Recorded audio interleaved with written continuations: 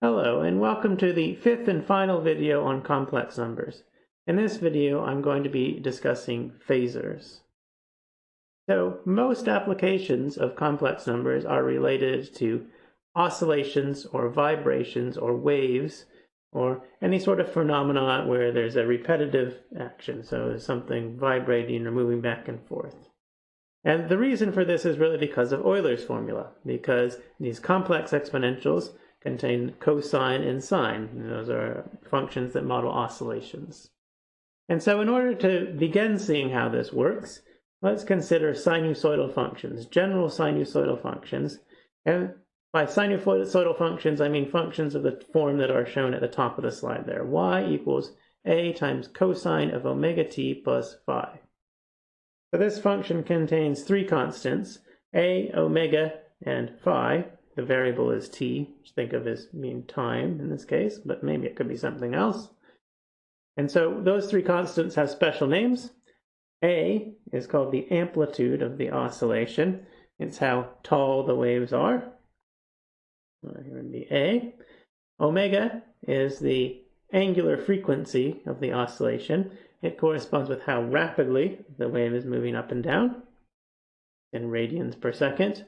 And then phi is called the phase. It's in radians, and it controls how the sinusoidal function is translated either left or right. So note I call them sinusoidal, but you may notice that they're defined in terms of cosine functions. However, the sine function is the cosine function translated by pi over 2. And so it's really the same to define them in terms of cosine or sine. And we use cosine by convention. All right, so here are some examples of sinusoidal functions. The top one is y equals 3 times cosine of t plus pi over 6. You note that the amplitude is 3, so the tops of the oscillations are at 3, and the bottom is at -3. The angular frequency is just 1 radian per second, and the phase is pi over 6. This corresponds with the fact that the cosine wave is moved over by pi over 6. And here we have another example of a sinusoidal function. Y equals 3/2 or 1.5 times cosine of 2t minus pi over 2. Here, the amplitude is 1.5, means the height of the wave is 1.5. The angular frequency is 2. Note that the oscillation is faster here. And the phase is negative pi over 2. And this corresponds with the fact that this peak is shifted over by pi over 4. Note it's pi over 4 rather than pi over 2 because of the angular frequency is 2. Okay, so these are some examples of sinusoidal functions. Now let's discuss what are phasors. How do we describe these sinusoidal functions using complex numbers? Well, we define a complex number, really a complex valued function, x, which is the amplitude of this sinusoidal function, times e to the I omega t plus phi. So omega and phi are the angular frequency and the phase. Using Euler's formula, this complex valued function would be a times cosine of omega t plus phi plus I times sine of omega t plus phi. And the sinusoidal function y is the real part of x. All right, and now this complex valued function can be written as a complex number, labeled here as z, is a to the e, well, a times e to the I phi times e to the I omega t. And z is what we call the phasor. And note this z is a complex number. It's here expressed in the exponential form. So it's naturally given to us in the exponential form if we know the amplitude and phase of the sinusoidal function. The amplitude of the sinusoidal function is the modulus of the phasor, and the phase of the sinusoidal function is the argument of the phasor. So a and phi. So note that this z, known as the phasor for a sinusoidal function, so each phasor, once we're given a frequency, omega, corresponds with a sinusoidal function. The amplitude of the phasor is exactly the modulus of z. The phase of the phasor, the phase of the sinusoidal function is the argument of z. a key point, one of the reasons why it's useful to introduce phasors to describe sinusoidal functions, is that the phasor of the sum of two sinusoidal functions with the same frequency, omega, is the sum of the phasors. So you just would have a phasor for each sinusoidal function and add those together. And we'll see why this is by looking at some examples. So let's first look at this example which is shown here. Just find the phasor for this given sinusoidal function. So the sinusoidal function is y1 equals 2 cosine of omega t minus pi over 4.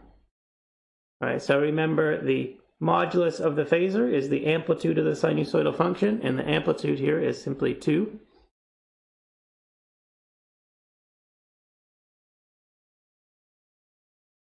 And that equals the modulus of the phasor. I'll label it Z1, corresponding with Y1.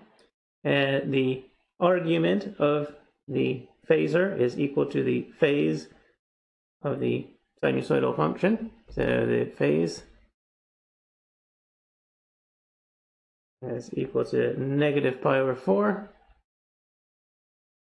here, and that is the argument of the phasor. All right, so straight away we recognize what the exponential form for the phasor is. So the phasor is 2 the amplitude or modulus of the phasor times e to the negative I pi over 4. And let me just point out that if we wanted, we could use Euler's formula in order to find the real and imaginary parts of the phasor. So this would be 2, and then use Euler's formula here. Be cosine of negative pi over 4, which is 1 over square root of 2, minus sine of pi over 4, that's sine of negative pi over 4, times I, which would be I over square root of 2. And so this would be square root of 2 minus square root of 2 times I. That's the phasor, either written in the exponential form or in terms of the real and imaginary parts. And so notice that y1 can be written as the real part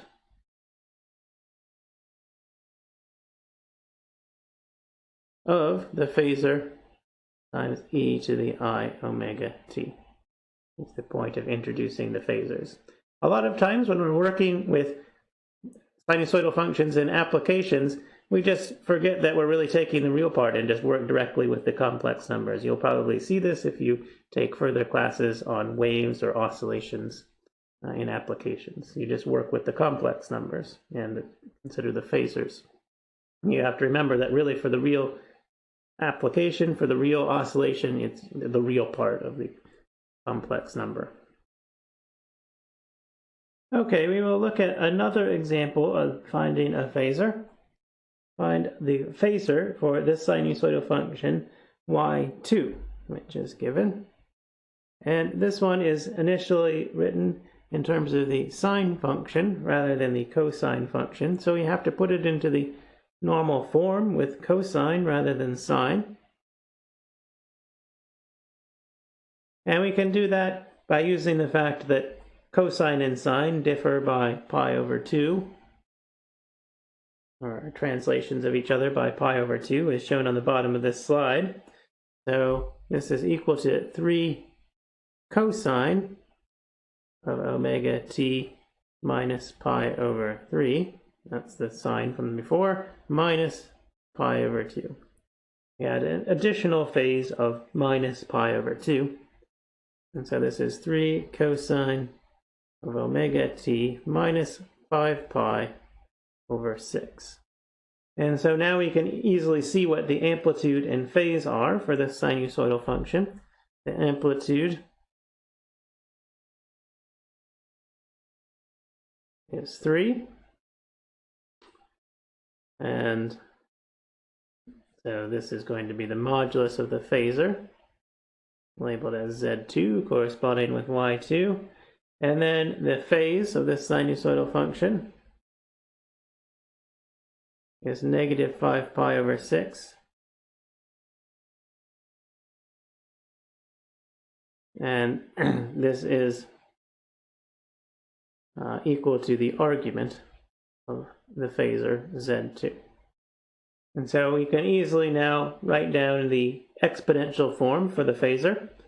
The phasor is the modulus 3 times e to the negative I 5 pi over 6.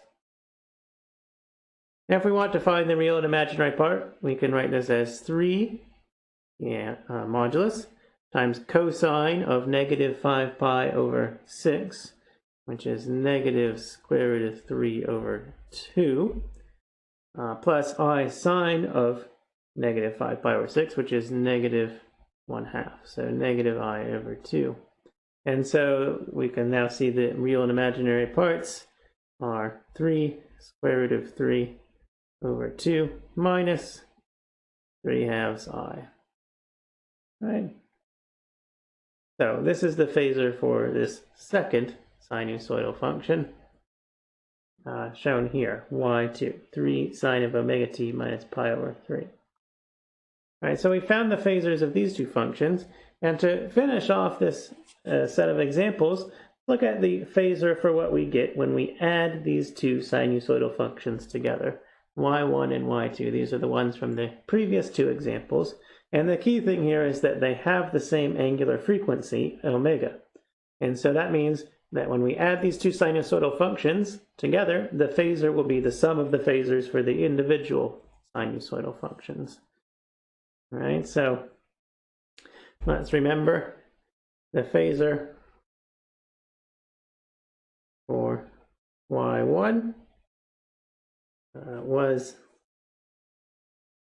2 e to the negative I pi over 4 in exponential form, or square root of 2 minus 2 square root of 2 I in the real and imaginary part form.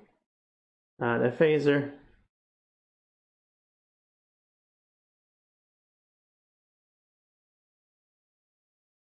for y2,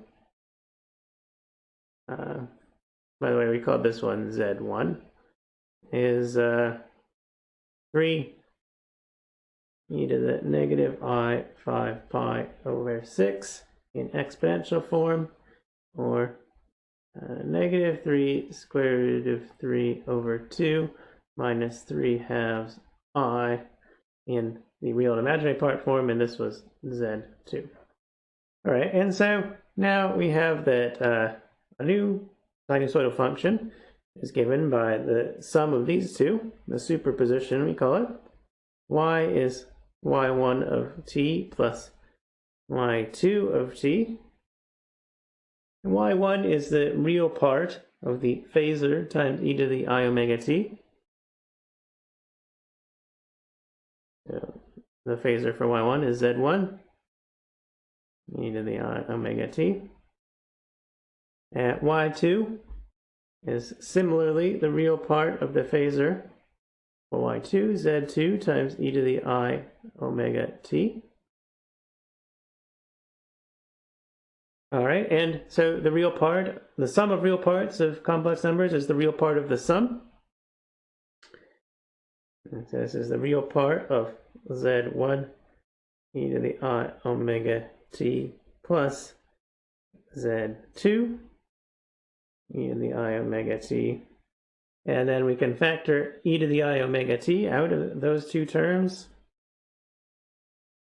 This is the real part of z1 plus z2 times e to the I omega t. Right? And so what we see then is that z1 plus z2 is the phasor for the sum of these two. Right? This is z, the phasor for y, the sum of y1 and y2. And so the phasor for y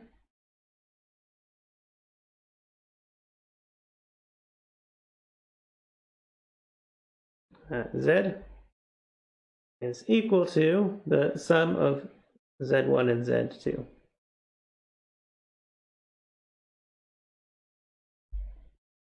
So z1 was 2 e to the negative I pi over 4. Z2 was 3 e to the negative I 5 pi over 6. Right? Or if we wanted to write it in the form with the real and imaginary parts, and use these formulas for the Z1 and Z2, and get that this is square root of 2 minus 3 square root of 3 over 2